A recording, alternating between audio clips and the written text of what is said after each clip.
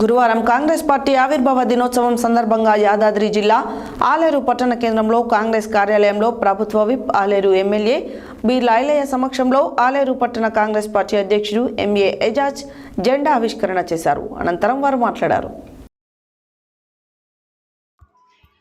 యాదాద్రి భువనగిరి జిల్లా ఆలేరు పట్టణ కేంద్రంలో గురువారం కాంగ్రెస్ పార్టీ ఆవిర్భావ దినోత్సవం సందర్భంగా స్థానిక కాంగ్రెస్ కార్యాలయంలో ప్రభుత్వ విప్ ఎమ్మెల్యే బి లైలయ్య సమక్షంలో ఆలేరు పట్టణ కాంగ్రెస్ పార్టీ అధ్యక్షుడు ఎంఏ ఎజాజ్ జెండా ఆవిష్కరణ చేశారు.